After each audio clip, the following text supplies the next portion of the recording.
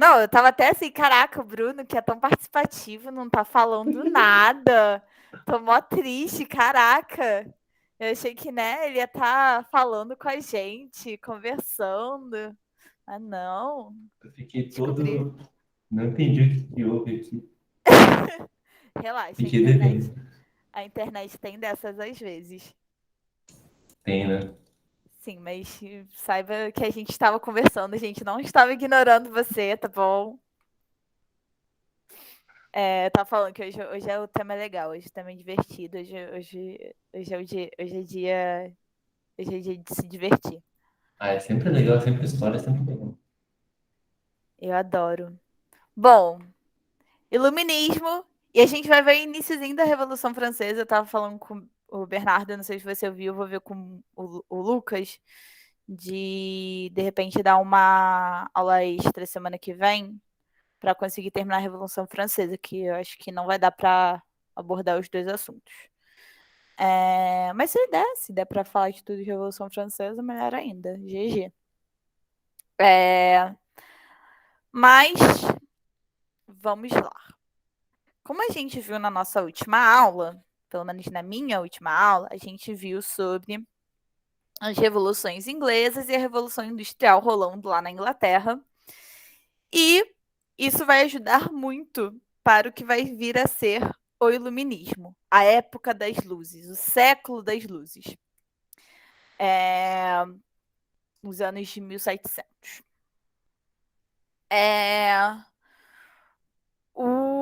O Iluminismo é justamente quais vão ser os antecedentes para o Iluminismo surgir?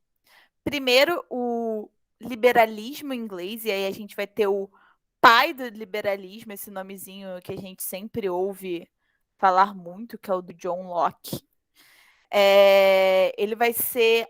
E ele, quando a gente fala dele como pai do liberalismo, ele vai ser o pai do liberalismo político. Eu vou até tentar fazer uma observação para vocês, porque a gente vai ver diferentes tipos de liberalismo na aula de hoje, e eles são diferentes. O John Locke, ele vai falar, essa ideia de liberalismo vai ser muito contra aquela ideia do absolutismo, do rei ser um ser divino, ou então enviado de Deus. E, na verdade, o rei vai ser muito mais alguém que deva servir ao povo. Né? A ideia é uma crítica ao direito divino do rei. Tá? A gente acabou de sair das revoluções inglesas justamente naquelas revoluções em que o rei deixa de ser absolutista e passa a ser uma figura simbólica. E quem passa a governar é o parlamento. Beleza? E no campo das ciências, a gente vai ter as revoluções científicas, tanto com Isaac Newton, aquele carinha lá da física que vocês ouvem falar tanto, como com o Descartes. Descartes. Eu acho que escrevi errado. É Descartes. Descartes é de descartar. Vou até editar aqui. Descartes. O Descartes, ele vai ser aquele filósofo que vai falar do penso logo existo. E esse penso logo existo, ele tem uma base bem racionalista, no sentido de duvide de tudo em que a razão.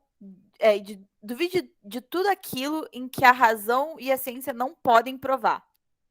Então, olha só o que está voltando. Assim como a gente viu lá no Renascimento, olha só quem está sendo exaltada de novo. Olha a razão vindo aí.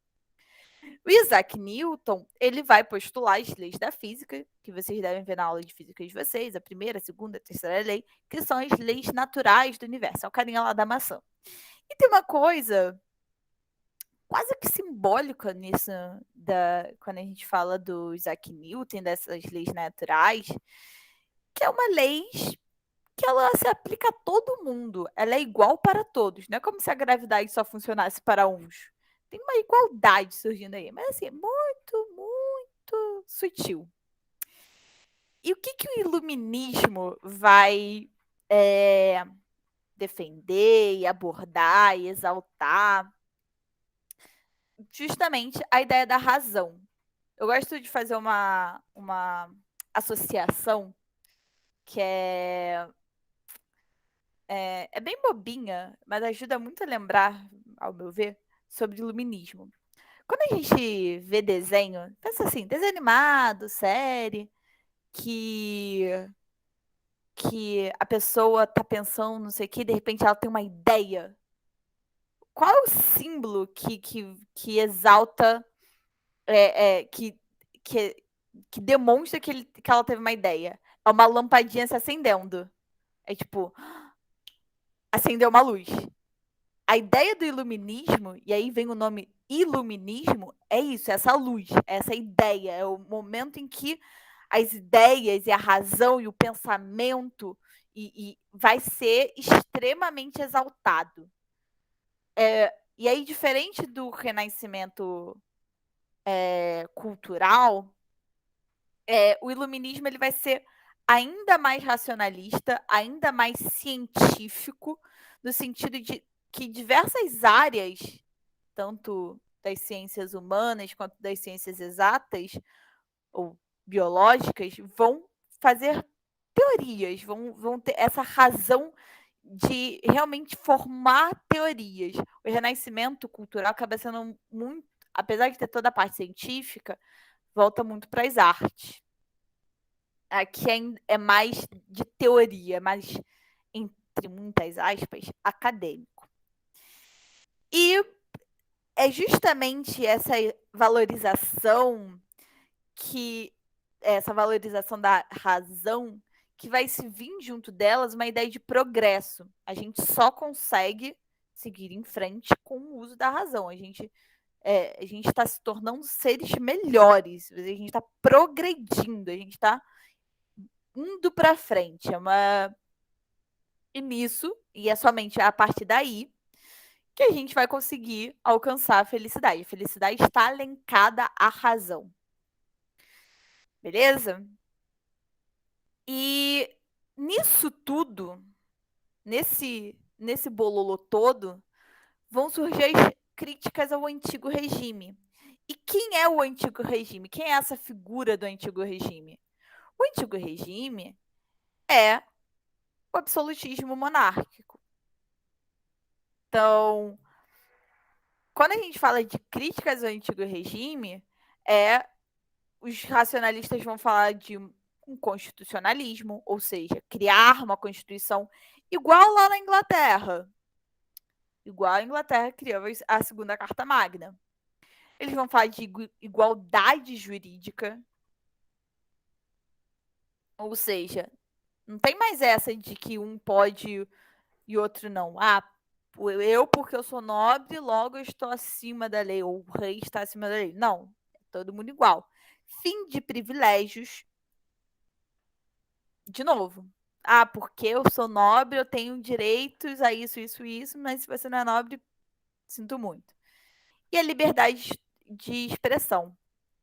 E aí, se vocês prestarem atenção, tem duas palavrinhas aqui que vão marcar não só o iluminismo, mas uma coisinha que vai ser também uma consequência do iluminismo, que é a Revolução Francesa, que é aquela famosa frase de igualdade, liberdade e fraternidade. Isso são os pilares do iluminismo. A igualdade, a liberdade e a fraternidade. A igualdade é justamente essa ideia de que somos todos iguais. E isso, teoricamente, rege a nossa sociedade até os dias de hoje. A gente busca por essa igualdade. Então, se a gente vê uma pessoa falando, você sabe com quem você está falando? A gente fala, nossa, que absurdo. Ele se acha alguma coisa maior só porque ele é, sei lá, juiz.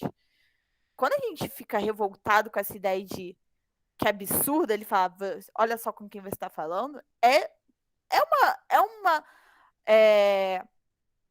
é um resquício dessa igualdade que surge no iluminismo. A ideia da liberdade, eu posso falar o que eu quiser. Como assim você não está deixando eu expor, sei lá, a minha obra de arte aqui? Isso é censura. Eu tenho liberdade de expressão e de me expressar. Eu tenho esse direito, essa liberdade. E aí a fraternidade é o mais difícil, mas é o que, teoricamente, era uma coisa aclamada no iluminismo, é a ideia do tipo, como eu posso explicar? A fraternidade, ela está muito elencada no sentido de... deixa eu ver um exemplo bom. Quando, por exemplo, pensa que a gente está numa sala de aula. A gente está numa sala de aula mesmo, presencial. Estamos no colégio. Voltamos para o colégio. E aí o professor tira uma pessoa de sala porque tá mexendo no celular. Ele vira para você e fala assim: você, Leila, você vai sair de sala porque você está mexendo no celular. Aí você chega e fala: não, professor, mas a Tayla tá usando tão bem. Beleza? Você tá dizendo que, por que ela pode usar o celular e posso ficar na sala e eu que tô usando o celular tenho que sair? Beleza? Agora imagina a situação contrária. Eu viro pra Tyler, pra Tyler, eu falo, Tyler, sai de sala porque você tá mexendo no celular. E a Tyler sai, não fala nada, ela só sai. Aí você, Leila, chega e fala, pô, professor, então eu também tenho que sair, porque eu também estava usando o celular. Isso é a fraternidade. Quando você fala, você reconhece que você também estava cometendo um erro, você fraterna a sua companheira, sua colega, é aí que a fraternidade se manifesta. Conseguiu ficar claro? É o fraterno do se eu tenho direito, todo mundo tem direito, e se eu tenho dever, todo mundo tem dever. O melhor dos mundos esse. Seria o ideal.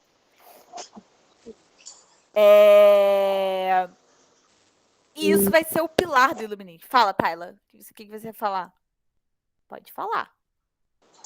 Não, pensei que você ia perguntar alguma coisa. Estava tudo bem. Até aqui tá tudo bem. Ah, tá. Você tá conseguindo entender direitinho. Bom.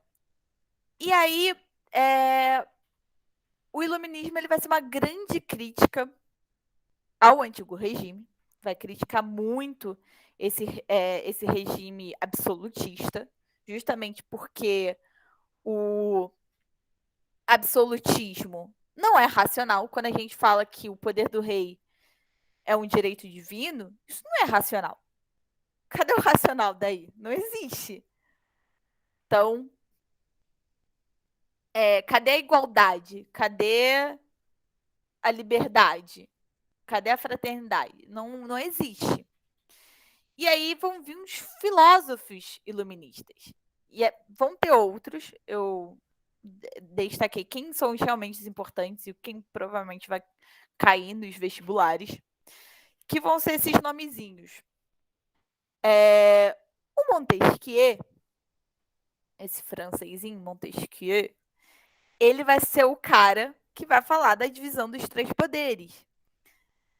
Hoje em dia, no Brasil, a gente tem o poder executivo, o poder legislativo e o judiciário. Por que existe a divisão dos poderes? Justamente para não ter um poder absoluto. A ideia de existir esses três poderes, essa divisão, é que eles se regulam. O legislativo faz as leis, o executivo executa as leis e o judiciário julga se essas leis estão sendo aplicadas ou não. Mais do que isso, o judiciário ele vai julgar se essas leis ferem uma Constituição ou não. Quando a gente vê uma notícia, o Senado aprovou tal lei, e o presidente sancionou. Quando o presidente sanciona, ele está falando, ok, essa lei eu concordo. E aí vem o judiciário e fala, não. Essa lei não pode existir porque está ferindo a Constituição. ela é inconstitucional, ah, isso quer dizer então que o judiciário está acima do legislativo e do executivo? Não. Ele está cumprindo o papel dele de não deixar que o legislativo fira a Constituição. Assim como um juiz, o poder judiciário, não pode na teoria, não pode simplesmente condenar uma pessoa porque ele quer. Não, tem uma lei e ele tem que dizer, ó, essa pessoa está sendo condenada porque descumpriu tal lei. Ele quebrou essa lei. Ok? Ele não simplesmente chega para você e fala, não gostei da sua cara, logo você está preso. Não é assim que o juiz funciona. E o executivo, ele, apesar do atual governo, ele não pode simplesmente fazer o que quer. Se o executivo falar, agora a gente vai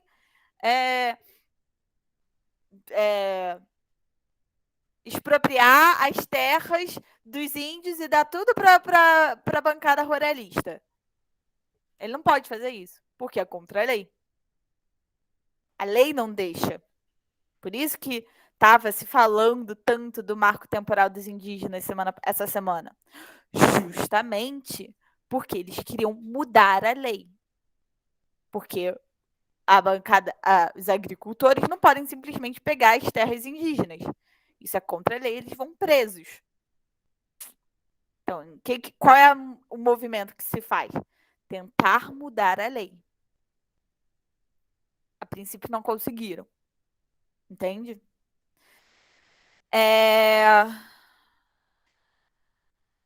E a ideia é justamente evitar o tiranismo, o abuso, o absolutismo. E assim, divide-se em 3 poderes e eles se fiscalizam. Show?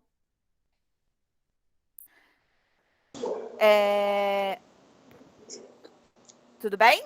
Uhum.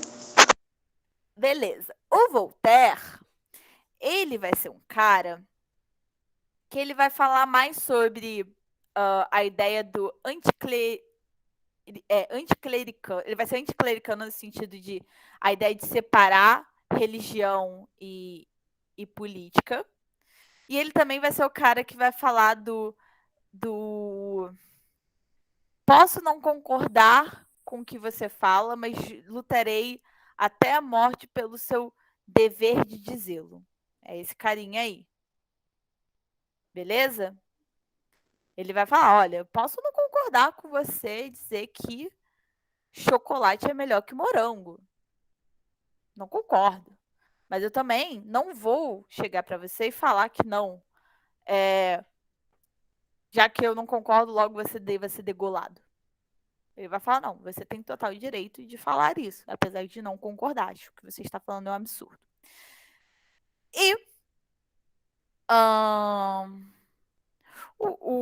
E a ideia do Voltaire, ele acaba caindo muito também na ideia do despotismo esclarecido, que isso vai ser, na verdade, quase uma consequência do pós-revolução, no sentido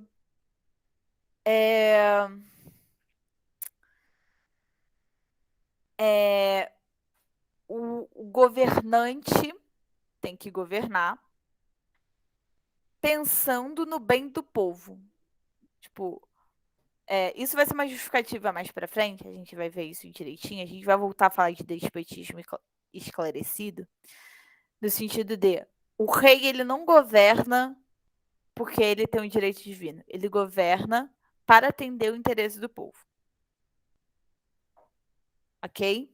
Teoricamente, essa é a ideia do despotismo. Mas não vamos entrar muito nisso. Não agora. E o Rousseau, os grandes nomes desse momento, principalmente é o Montesquieu e o Rousseau. O Rousseau, ele vai criticar, na verdade, ele não é que ele critica a propriedade privada, como eu posso dizer? Vamos lá. Ele vai falar sobre o bom selvagem. O que é o bom selvagem? Essa frase do O homem é bom por natureza e a sociedade o corrompe. O Rousseau ele vai acreditar que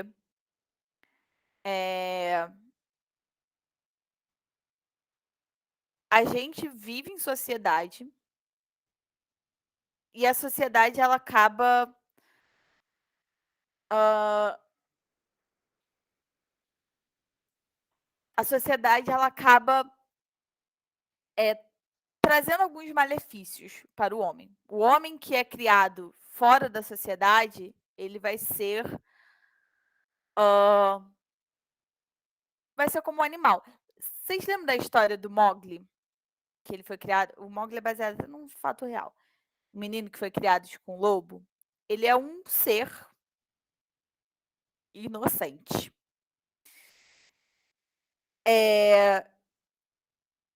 A partir do momento que ele é inserido na sociedade, ele vai deixando de ser inocente e passa a seguir o que a sociedade fala, o que a sociedade diz, o que a sociedade reproduz. Vou dar um exemplo melhor. Sabe quando a gente fala, nenhuma criança nasce racista? É muito isso. A criança ela não nasce com racismo dentro dela. Mas o racismo da sociedade vai corrompendo aquela criança. E ela acaba reproduzindo racismos. É muito nesse sentido. Além disso, ele vai acreditar na vontade geral do povo. O poder, ele emana do povo, não do rei. Então, se o governante não cumprir a demanda dos governados, os governados têm direito, eles devem destruir o governante. Olha só que frase impactante. Olha como essa frase ela vai ser muito importante mais para frente. Daqui a pouquinho a gente vai ver o que essa frasezinha, essa ideia da vontade geral do povo, essa democracia, vai acabar gerando em termos práticos. Aqui o iluminismo ele é muita teoria do que a gente está falando. A gente está falando de várias informações que vão compor o iluminismo, tá? Eu dei uma ideia mais geral do iluminismo, estou falando de filósofos mais políticos e sociais e o que eles pensam em termos de política e a sociedade. A gente vai falar a gente vai falar brevemente da parte científica e a gente vai falar da parte econômica. E aí a gente vai ver o que isso vai acabar gerando em termos práticos, ainda nessa aula.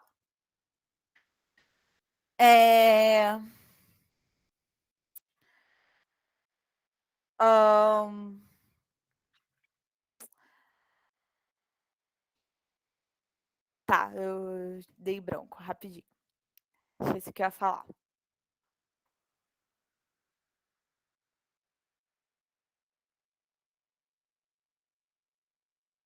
Um segundo, galera.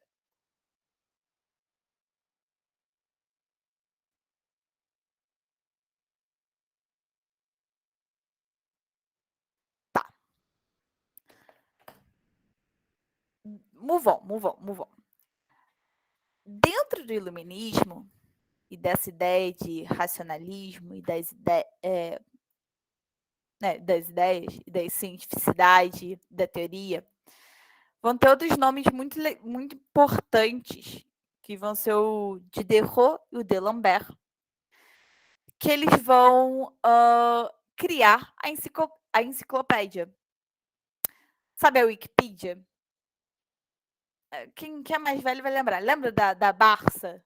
Ou do Laurose Cultural? Que eram as enciclopédias que o professor sempre ia no colégio, via um cara falando, olha, a gente está vendendo a enciclopédia da Barça, não sei o quê, enciclopédia mais moderna. Então, a enciclopédia ou a Wikipedia, elas são resultados desses carinhas aqui. O Diderot e o D'Alembert, eles vão falar, vamos categorizar em um livro tudo que existe. Eu não sei como definir melhor do que isso. Ele vai chegar e vai falar: a enciclopédia, conceitos de enciclopédia é um livro, ou vários livros, que tem categorizado tudo que existe. Então, eles vão categorizar os animais, eles vão categorizar o que é um castelo, os objetos. Eles que vão falar assim, a gente tem que ter isso catalogado, vamos catalogar tudo. Hoje em dia, a gente está aqui, a gente está no computador, beleza, ou no celular. Aí a gente entra, Wikipedia. A gente quer saber alguma informação, a gente entra na Wikipedia e digita lá, girafa. E aí eu vou ler tudo que se tem conhecimento sobre a girafa. A girafa é um mamífero originário da África, com pescoço longo, coloração amarela, tem um nome científico, blá, blá, blá, blá, blá, blá.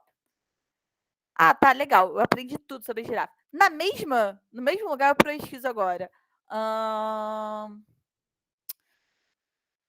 Sei lá, cachorro. O cachorro é um outro mamífero de 4 patas, que vem da família dos lupinos, que foram adestrados pelos humanos há não sei quantos anos atrás, blá, blá, blá, blá. Diderot e D'Alembert vão sentir a necessidade de catalogar tudo num lugar só. Isso vai ser uma revolução. Vai ser um facilitador de informação. Hoje em dia, no nosso mundo atual, é muito fácil ter informação. Ainda mais com a revolução do celular, da tecnologia e da internet. A primeira revolução... Mas a ideia do Diderot e do D'Alembert vai ser os primeiros a juntar essas informações num lugar só. Então, tipo, agora eu posso, se eu tenho dúvidas sobre o que é tal coisa, eu vou na enciclopédia e pesquiso e aprendo. Isso vai ser revolucionário.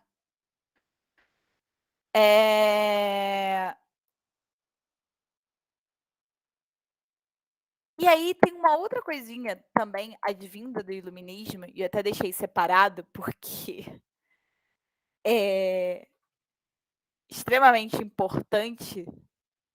Isso aqui vai mudar muito a sociedade, isso aqui vai ser o que vai realmente fazer diferença na sociedade, que é na parte econômica, o iluminismo, como ele se manifesta na parte econômica. Eu vou mencionar brevemente a fisiocracia. A fisiocracia nada mais é da ideia de que vai ser postulada pelo François Quesnay, que é a ideia do poder. Tipo, de physis, terra, cracia, poder. O poder vem da terra, da agricultura, no sentido de a terra tem um valor, a agricultura é um valor, logo ela deveria ser valorizada, e a ideia dos preços, isso em termos econômicos, tá? Uma ideia de a agricultura ela tem um alto valor mercadológico. E, assim, esse é menos importante. Quem a gente quer saber aqui, quem vai talvez descarrilhar a porra toda, vai ser esse carinha aqui, esse lindo nome chamado Adam Smith, um inglês, e ele vai falar sobre o liberalismo econômico. Então, John Locke vai falar do liberalismo político, Adam Smith vai falar do liberalismo econômico.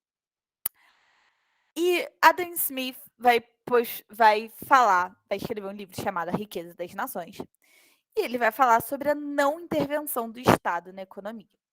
Como é que era o Estado nesse momento? Quando a gente viu lá na aula, depois de Renascimento, a gente viu falando de mercantilismo. E no mercantilismo, a gente fala que é um passo anterior do capitalismo, tem algumas características muito parecidas, muito diferentes, mas quem é que ficava com dinheiro? Quem é que controlava? Quem é que extraía dinheiro das colônias? Era o rei. Quem que era dono das colônias? O rei. Quem que fazia ações de protecionismos? O rei. É, exatamente. O Adam Smith vai falar que o Estado, e aí o Estado, quem é o Estado nesse momento? O rei. Não tem que se meter na economia. Qual é a função do Estado? O que o Adam Smith vai falar que é a função do Estado? O Estado ele tem que defender as fronteiras, o Estado tem que aplicar os contratos sociais e o Estado tem que aplicar a justiça. A função do Estado é essa: fronteira, contratos e justiça. Não tem outra função. E por que ele não atuar? Por que o Estado não tem que intervir na economia? O Adam Smith vai falar que existe uma lei natural do mercado. Vai falar da linda mão invisível que controla a economia. E vai falar que, olha, ele vai ser bem racional nesse sentido. Olha, o mercado se autorregula. O mercado ele não precisa de alguém para regular ele. Ele vai se regular sozinho. E vai ser o seguinte, como é que ele vai se regular sozinho? Vão ter as leis de oferta e demanda, que vai ser o seguinte, quanto menor a oferta e maior a demanda, o preço aumenta. Quanto maior a oferta e menor a demanda, o preço diminui. E acabou. Não precisa de Estado. Pelo contrário, o Estado intervir na economia acaba mexendo nessa lei natural do mercado.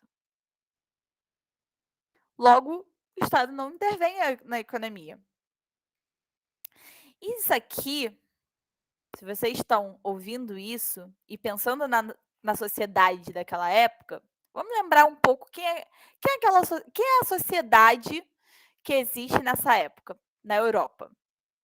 A gente tem um rei absolutista, a gente tem uma nobreza, né, que é a aristocracia, que são familiares do rei, sangues nobres. A gente tem um clero, que é uma igreja fortíssima, que passou por toda a reforma protestante, mas continua muito forte. A gente tem uma burguesia, que surge e se fortifica com o mercantilismo. E a gente tem o resto do povo, que geralmente está passando fome, está passando necessidade. Tem tanta galera nos centros urbanos, que são pequenos comerciantes, locais, artesãos, e tem a galera do campo que está plantando. Ok? Quando a gente fala que e vamos lá, a nobreza, desde do absolutismo monárquico, ela passa a ser palaciana. Palaciana, ou seja, ela fica nos palácios. Ela não faz muita coisa, ela fica lá sendo nobreza. Nasci, sangue nobre, tô linda, tô bela, tô aqui. Vou acordar, tomar meu café, passear, participar de festas, viver.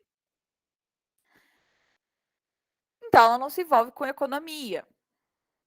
No máximo, o nobre vai ter um cargo público aí, vai ser visconde, não sei o quê, vai atuar em tal região. Mas ela não trabalha com economia. Quem que move a economia aqui? Que surge e se fortifica com o mercantilismo? A burguesia. Então, quando o Adam Smith fala do Estado não intervir na economia, para quem que ele está falando isso? Que vai ouvir isso e vai falar, caraca, é isso. É a burguesia. A burguesia vai olhar para o que o Adam Smith está falando e falar, caralho, esse cara está falando tudo que eu sempre quis ouvir. Até porque, lembrando aqui, por mais rico que uma pessoa fosse, que um burguês fosse, olha só, eu sou a pessoa mais rica. Se eu não tenho sangue real, se eu não tenho sangue azul, se eu não tenho um sobrenome nobre, mano, você é ralé. Eu poderia até, como acontece muito na Inglaterra, comprar um título de nobreza. E aí eu compro, eu pago e eu passo a ser uma condessa. Eu não tenho a etiqueta. E vai ser claro, a partir do momento que eu entrar no salão de baile, eles vão saber que eu não sou uma verdadeira aristocrata. Porque o que, que o aristocrata, o nobre, ele tem todas aquelas regras de etiqueta, de como se portar, como se sentar, como comer, como. Nanana. E aquilo ele exala essa etiqueta, essa diplomacia. E eu não tenho isso. E fica claro. Então, olha só, vamos lá. A gente tem uma economia que está falando para o Estado não intervir na economia, para o Estado não intervir nela. A gente está falando de igualdade jurídica, a gente está falando de fins de privilégios, a gente está falando de constitucionalismo. O iluminismo, ele vai ser um prato cheio para a burguesia. A burguesia está olhando isso e está falando, meu Deus, olha só que ideias maravilhosas que estão surgindo aí. O iluminismo ele vai influenciar, as ideias iluministas vão influenciar muitas coisas. Vocês vão ver com a Mari que o iluminismo ele vai influenciar a independência das colônias inglesas lá na América. Não sei se ela já falou, ela vai falar. Mas o que a gente vai ver agora é como o iluminismo vai se reverberar na Europa. A gente vai falar dessa linda revolução, que é a Revolução Francesa, que vai ser também um marco. Lembra que, assim como quando a gente vê Renascimento, a gente vê uma mudança política, a gente vê uma mudança cultural, a gente vê uma mudança econômica, e aí a gente sai da Idade Média e vai para a Idade Moderna, é a mesma coisa que está acontecendo aqui. A gente está tendo uma mudança política, uma mudança social, uma mudança cultural, uma mudança econômica. E vai ter uma mudança de era. A gente sai da Idade Moderna e vai para a contemporânea. E quem vai marcar essa mudança vai ser a Revolução Francesa. Como eu falei, hoje a gente só vai falar o iniciozinho da Revolução. Não vai dar para falar tudo. Mas a gente vai ver os primeiros momentos dessa revolução, tá bom? E aí, para entender a Revolução Francesa, a gente tem que entender como estava a França nesse momento, ou um pouquinho antes dela acontecer. Já existe um desgaste do absolutismo, essa ideia, o iluminismo está lá rodando a Europa inteira, as ideias iluministas estão rodando a Europa inteira, e já tanto que se você for ver, Montesquieu e Rousseau são franceses. E existe também uma grande crise econômica. E aqui, ó, crise econômica é palco para dar BO. A crise econômica sempre tá ali, junto de alguma revolta, algum golpe, alguma revolução, ela tá sempre ali. Mas por que existe uma crise econômica na França? Primeiro é que existe um grande déficit nos cofres públicos, nos cofres franceses. Por quê? Déficit é quando você gasta mais do que arrecada. Por que existe esse déficit? Duas coisas vão pautar muito esse déficit. A corte, que é a nobreza, ela gasta demais, porque ela não tem que se preocupar. Ela faz vestidos lindos e bailes todas as noites. Toda noite é um motivo para celebrar. Fulano chegou de viagem, festa. Fulano vai casar, festa. Fulano, sei lá, perdeu a virgindade, festa. Tudo vai ser um motivo de festa. A corte, ela é palaciana e ela, como uma boa corte, ela festeja. Ela exala a sua nobreza com seus banquetes, com sua vestimenta, com seu porte, com bailes. E ela vai gastar. E gastos militares. A França ela vai se envolver em algumas guerras lá na América. E isso aqui, ó, vai gerar muito gasto. Muito gasto desnecessário. Muito gasto desnecessário. A França vai ter uma guerra com a Inglaterra. E depois a França vai ajudar os colonos na América. Os colonos ingleses na América. Além disso, que aí é quase uma coincidência do destino, vai ter uma grande crise agrícola na França. Vão ter enchentes, vão ter momentos antes, algumas enchentes que vão acabar com as plantações francesas. Vão ter um grande desabastecimento. E aqui, gente, tem que lembrar que cerca de 80% da população francesa mora no campo. Desabastecimento faz os preços da comida aumentar. Alta dos preços. Aumenta a inflação e a galera não tem como comer. A galera começa a passar fome, seja nos campos, e se nos campos está ruim, imagina nas cidades. Aqui a gente tem que lembrar que, diferente de hoje em dia, que as coisas mudam muito rápido, as coisas nessa época, as coisas passam de mais devagar. O interior da França, assim como o interior da Inglaterra, quando a gente fala de Revolução Industrial, tem ainda lugares que parecem feudos. O modelo é feudal. Ok? Então, assim, a França está numa situação. Se a gente acha que o Brasil está ruim hoje em dia, a França ele estava na merda. E aí, o rei francês, que na dúvida, gente, você chuta Luís, você acerta. Nesse caso, vai ser o Luís XVI.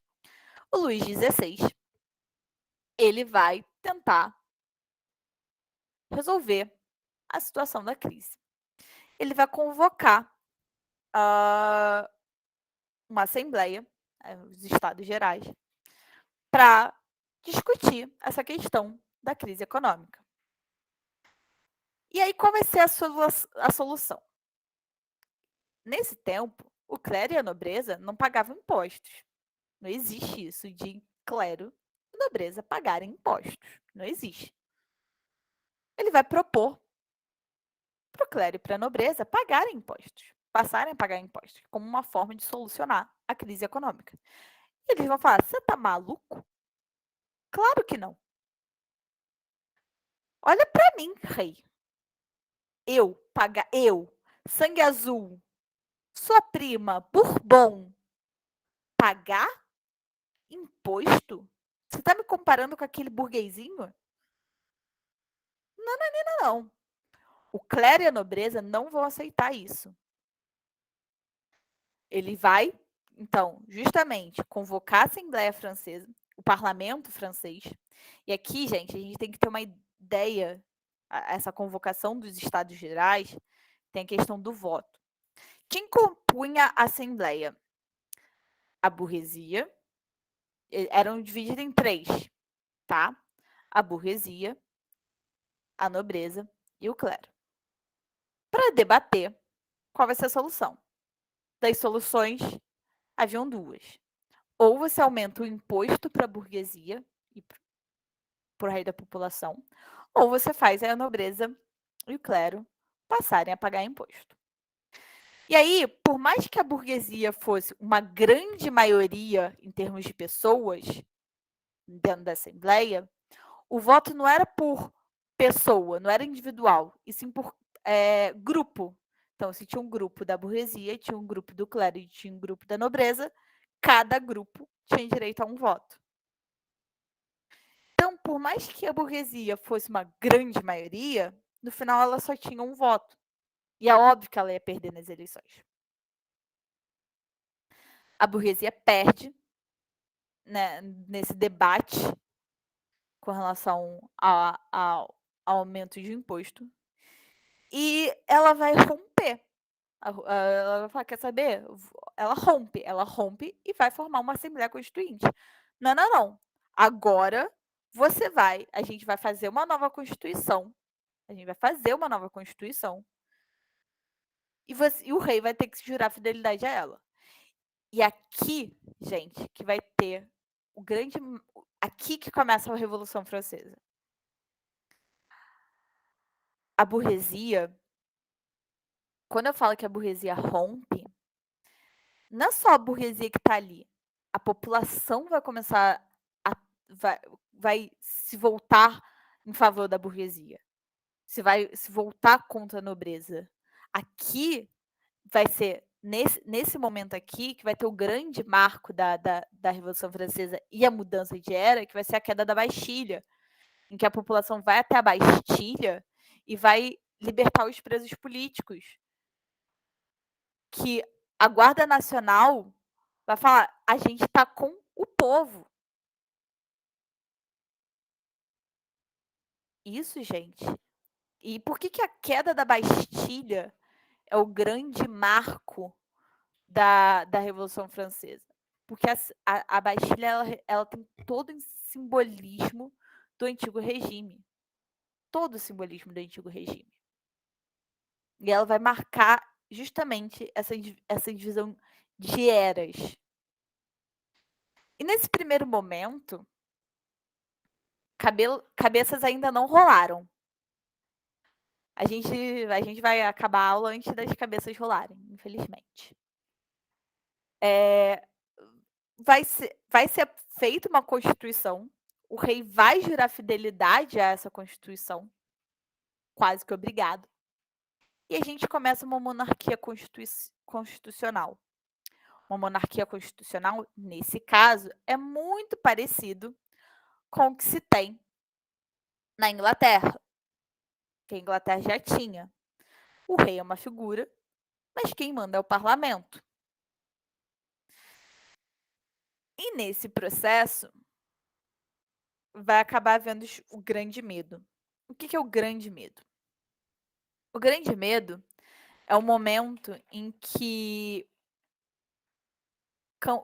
o campesinato, a galera do campo que está vendo todas as movimentações que estão acontecendo lá em Paris, vai começar a se voltar contra os nobres nos campos.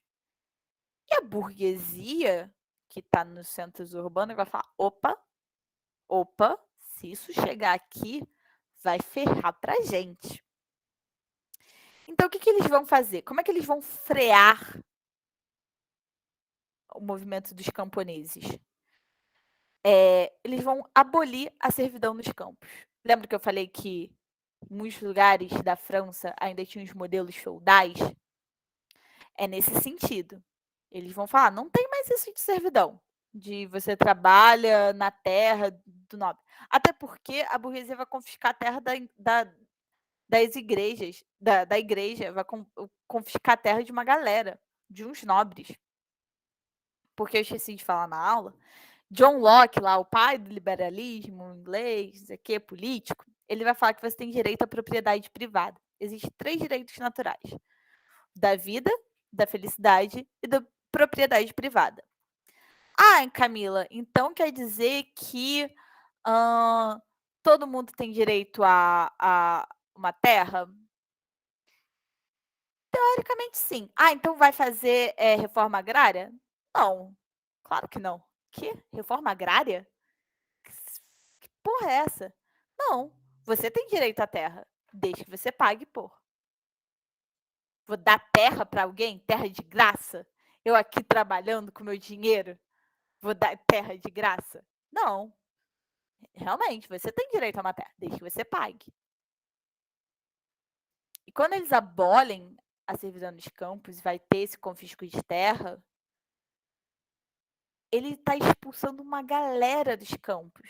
Uma galera dos campos, de servos, de camponeses, vão ter que ser expulsos, porque os burgueses vão começar a comprar essas terras e vai falar: cara, essa terra é minha. Tchau. Se vira. Ok? Além disso, na Constituição, nesse momento também da monarquia, vai ser feita a Declaração dos Direitos Humanos e do Cidadão.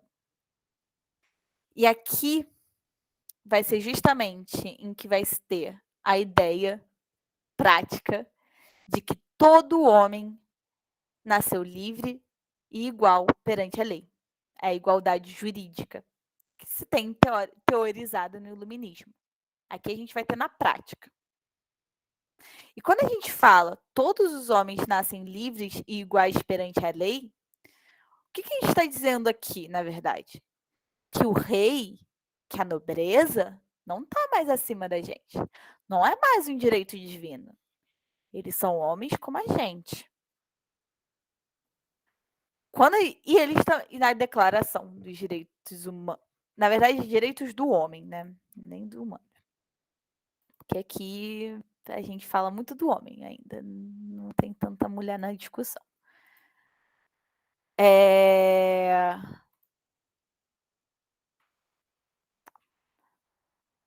Não consigo editar. Ele também vai falar da propriedade privada. Todo homem tem um direito natural e alienável à propriedade privada. E aí, volta ao que eu falei. Você tem direito a ter uma terra. Desde que você pague por. Não tem essa ideia de dar terra. Você tem direito a uma terra. E ninguém pode o Estado não pode confiscar a sua terra. Não pode. Mas não faz sentido eu dar a minha terra, que eu comprei, que eu paguei, para você. Você quer uma terra? Beleza. Trabalhe, junte o seu dinheiro e compre. Beleza? E é muito triste falar isso, e a gente está em 2021 e a gente ouve uma galera reproduzindo umas falas de 1791. Enfim. Nessa monarquia constitucional, houve uma Constituição. A Constituição de 1791. Essa Constituição, ela vai ter além de submeter o rei a uma Constituição, vão ter duas coisinhas aqui muito importantes. A Constituição Civil do Clero, que é a divisão, agora prática, da religião e da política. O Estado passa a ser laico, porque até então, gente, a gente está falando do rei como uma figura incrível, divina, mas se vocês pararem para pensar um pouco, quando há uma coroação, quem é que coloca a coroa na cabeça do rei naquela época? É o Papa. A França, até esse momento, apesar de ter um rei, é um Estado católico. Assim como a Espanha vai ser, assim como Portugal vai ser, e assim como a Inglaterra era anglicana. Aqui a gente está falando, a França não é mais um Estado católico. Ela é um Estado laico. Aqui que a gente vai ter o primeiro Estado laico, essa ideia de divisão, de ruptura. O clero não vai mais intervir na política. Além disso, vai ser estipulado o voto censitário. O que é o voto censitário? Voto censitário é quando as pessoas que têm direito ao voto são aquelas pessoas que têm um poder aquisitivo, que vai existir até no Brasil do início dos anos no início do século XX. Você vota se você possui riquezas. Você possui uma certa quantidade de riquezas. Só pessoas que têm tantos R$1.000, Brasil. Só quem tem mais de uma renda maior de 50 mil é que pode votar. Essa é a ideia do voto censitário. E aí, vai começar a ter uma divisão no movimento revolucionário. Vamos ter os jacobinos e os girondinos. Os jacobinos vão ter vão ser formados pela pequena burguesia, ou seja, é uma galera mais pobre, é uma burguesia menor, de não tanto poder aquisitivo, e os girondinos, que é a alta burguesia. Essa galera, essa divisão também vai ser em termos de como a manifestação vai se manifestar nos capítulos seguintes. A alta burguesia vai ser mais moderada e a pequena burguesia vai ser mais radical.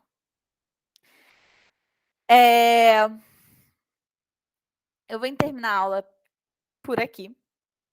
Eu vou ver dessa semana ainda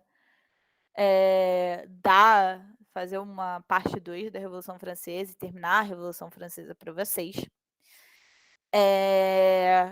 E vamos ver quais vão ser os próximos capítulos da Revolução Francesa. Porque vai acontecer muita coisa. As cabeças ainda vão rolar. Muitas cabeças ainda vão rolar. Não fica?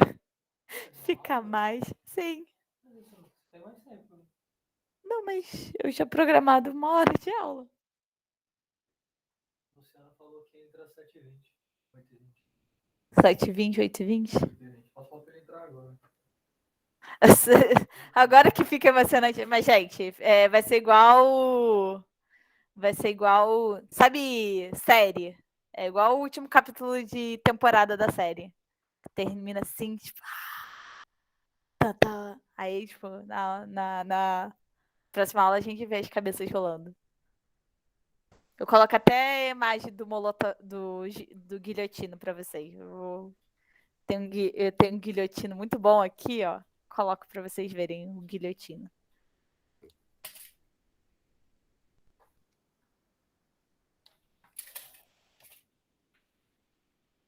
Assim, ainda a professora da próxima aula ainda não chegou, né?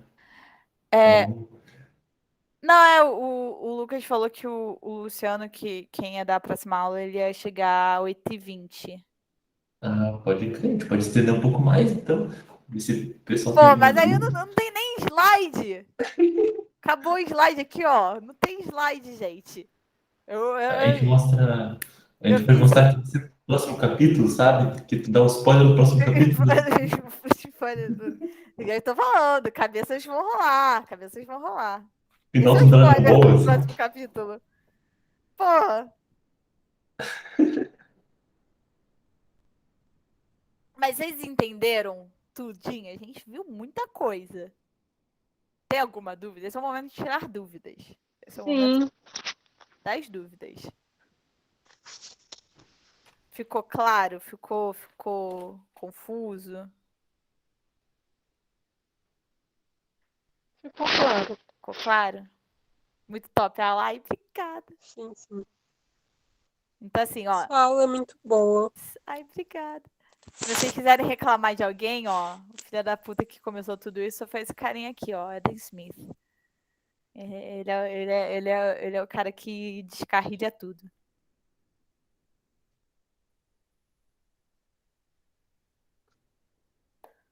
Mas é isso, meus amores. Qualquer coisa, eu vou mandar os slides para vocês, mas qualquer coisa podem tirar dúvida. E é isso. Espero que vocês tenham gostado. E tenham.